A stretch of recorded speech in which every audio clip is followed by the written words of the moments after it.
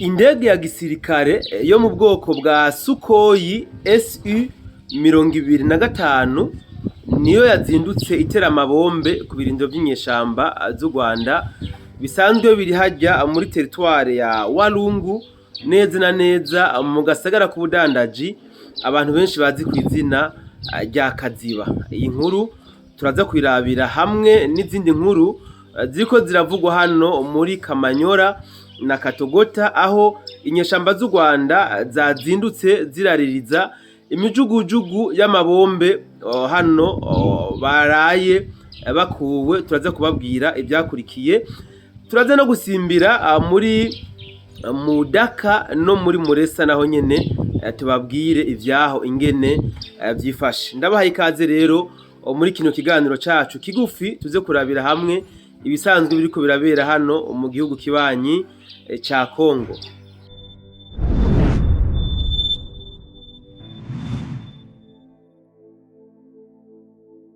Intambara zatanguye ku munsi wa hirya yejo hari mardi nimba ntihenze niho inyeshamba z'u Rwanda zatanguye kwiyaprovisiona muri bijya bice bitandukanye ndetse zitangura kugaba ibitero biremereye ku birindiro by'abawazarendo byari bisanzwe biri hano nyene muri teritware ya Walungu neza na neza muri kano gasagara k'ubudandaji ka bita abenshi bazi ku izina rya Kaziba. Kaziba twari basobanura mu buryo butandukanye.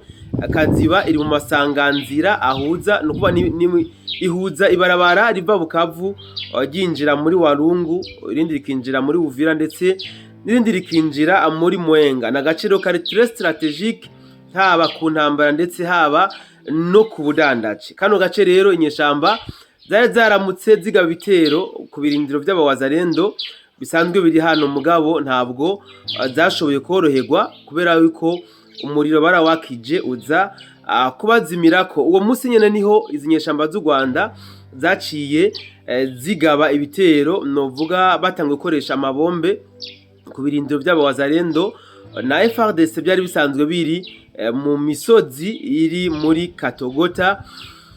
Baragabye ibitero by'amabombe maze biza kurangira iby'amabombe bihavuye batangura kurasana urusasu kurundi ibya hato na hato. Ibi byatumye inyeshamba z'u Rwanda zitoroherwa hano muri Katogota aho byahavuye birangira inyeshamba z'u Rwanda zirukanywe muri Katogota ku munsi wa mardi. Ku munsi wa mercredi niho intambara zakomeza zatanguye neza na neza muri Kamanyora zarasekeye umunsi wose waheze ari ibombe ku yindi urusasu kurundi aho mbere izi ntambara zahavuye zitandukira n'igihugu cy'u Rwanda bitewe nuko inyeshamba z'u Rwanda zahungishirije ibigwanisho byabo bari bafise hano muri Kamanyora maze batangura kubikoresha bari ku butaka bw'u Rwanda bica bituma wazarendo ikora ico no kwita kwivuna yivuna umwansi aho yari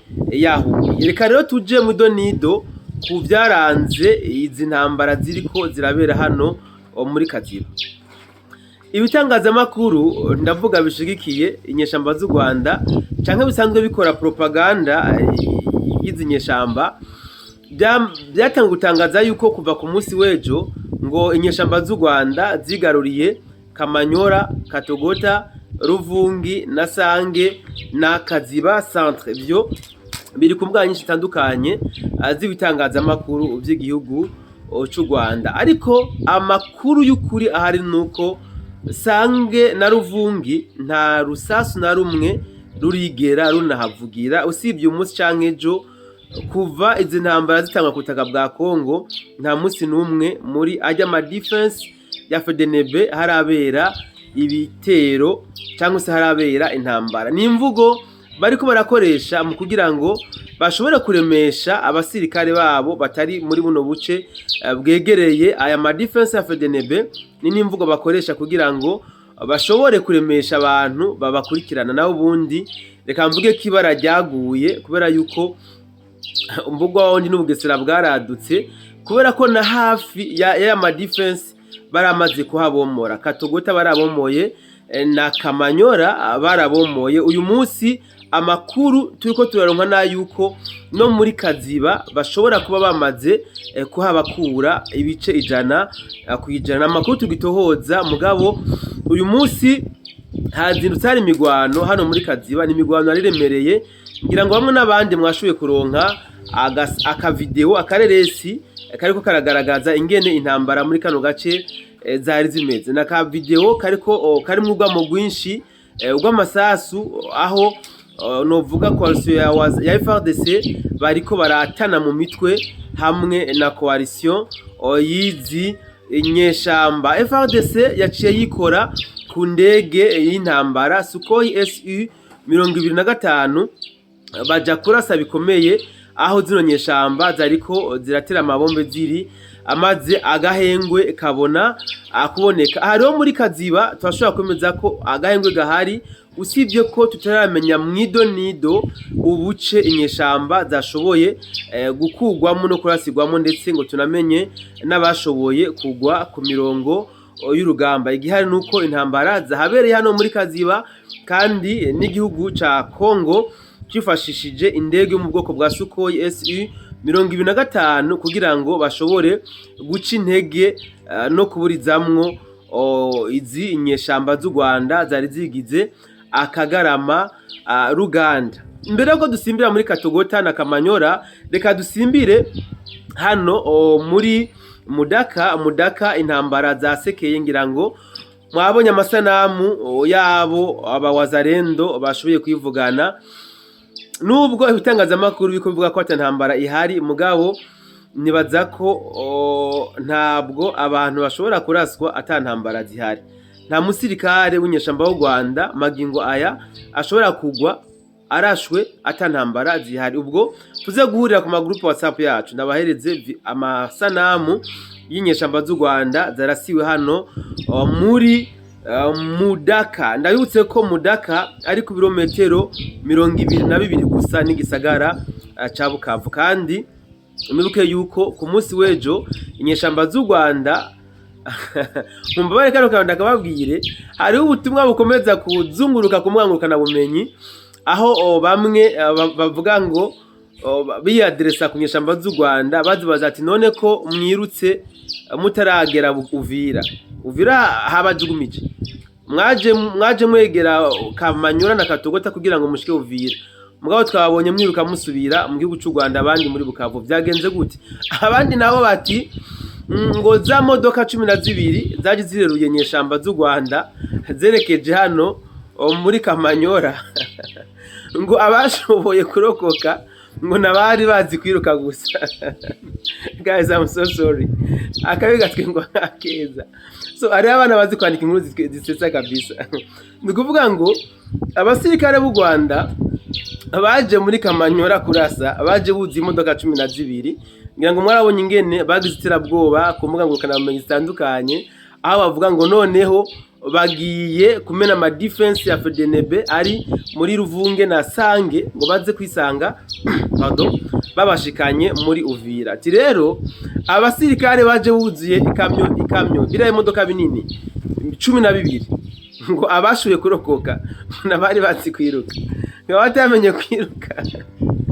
Wazarendo yarabivuganye. So mumbabarire rero, hari habirutse baja mu Rwanda, c'est vrai, kandi mwaramutse yuko ari n'amabombe yakorokeye ku butaka bw'u Rwanda, nubwo bamwe n'abandi bariko babesha yuko ngo ari amabombe ngo yatewe ari abayateye bari hano mu gihugu cy'u Burundi. So ariko kandi hariho n'abandi bashoboye guca mu ryahumye abawazarendo baradeborda birukira basubira mu gisagara ca Bukavu. Bamwe muri abo rero nibo babo wazarendo yashoboye kwivugana uyu munsi hano muri Mudaka ku birometero 22 n'igisagara ca Bukavu. So tugende hano mumbabarire igire resi, reka ndebashire ngaha ahanyina hamharabire resi y'abana bari mu ishure rito, sinzi ko no byita ishure shingiro ntajyo nzi, ariko nshobora kuyita école primaire ya Muresa.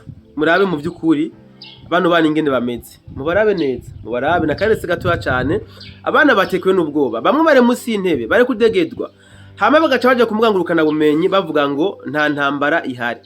Abana bokuca munsi y'intebe atantambara zihari, ubwo nta masaso bariko barumva, tuvuge ko ari rerese bariko barakina. so nibaje bareka kudada, baje bareka gufinata n'ubuzima bw'umwana w'umuntu. Buriya umuntu, ubuzima bw'umuntu ni katihabwa. So reka rero twinjire ku nkuru, ndazi ko benshi mwaramuyiteze ya hano muri Katogota na Kamanyora. Ndabibutse yuko ejo mu masaha y'ijoro saa 2:30 kuduga inyeshamba z'u Rwanda zarateye amabombe hano muri Kamanyora, ariko novuga ko ari amabombe yabaye nure sans effet. Kumbure ngira ngo bariko bashaka kuraba yuko FDNB na Wazalendo baza kubico basubije, mugabo ntaco bakoreye ko. Uyu munsi naho bazindutse batera ayandi mabombe muri Kamanyora hamwe na Katogota. Katogota no bateye amabombe cyane gusumba, ariko ndabibutse yuko aha muri Katogota n'uyu munsi bazindutse bariko baratoragura inyeshamba z'u Rwanda zahungiye mu mazu y'abenegihugu. Zabuze iyo zihungira, zica zihungira mu mazu y'abenegihugu. N'uyu munsi hariho izindi zitari nkeya bashoboye gukoza ko intoki. So rero izi nyeshamba z'u Rwanda zazindutse rero zitera amabombe hano muri Katogota na Kamanyora, ariko ndababwire yuko abashoboye gutera amabombe yose bose novuga ko indege ya Sukhoi Su-25 yaciye ihaguruka maze irabivugana. Ngira ngo muri ko murabona ku bitangazamakuru bitandukanye byo mu Rwanda, hariho n'indi nkuru nshasha bazanye. Noneho ni nkuru nasekeje mu by'ukuri, ni nkuru aho bariko berekana banabesha yuko ngo inyeshamba z'u Rwanda ngo M23 ngo ziriko ziramira amabombe ariko arategwa na coalition ya FARDC. Abatasamye amabombe yaguye ku butaka bw'u Rwanda ku munsi w'ejo bariko barasamira ku butaka bwa Congo. Guys, mugabanye itabe kabisa. Ibyo tuko tubibona nk'ikinamico, kubera yuko nimba ejo amabombe yasho gukorokera aho mu gihugu cy'u Rwanda muri Bugarama, muri Bugarama, tukaba twadusanzwe tuzi yuko igihugu cy'u Rwanda nkuko mwagenda muvyivugira vule Rwanda yuko ari igihugu gifise ubwirinzi bukomeye cyane, atabombe ishobora kuhakorokera. Ndabona yuko nivyo muri ko muravuga ashobora kuba ari binyoma ibice 100%. Arashobora kuba ari binyoma kabisa, ni propaganda muzanye kugira ngo mushobore kuremesha ingabo zanyu n'abavyeyi bibarutsa abana bari ku butaka bwa Kongo, bariko barahasiga ubuzima. Reka ndabashimye mwebwe mwari mubanye nanje muri kino kiganiro kigufi. Kumbure mu masaha ari imbere ndaza kuza ndabahereza amakuru mu buryo novuga buramvuye, kuko ndazi ko hari biriko birakoreka muri Kamanyora. Ndabizi neza, ndiko ndavuga n'abari haje ku mirongo rugamba bambwiye ngo ndindire gato, baraza kuma amakuru aramvuye y'ibiriko birahakorekera. Ubwo turaza kongera rero, mugire aho muba mwubahwe. Ciao ciao.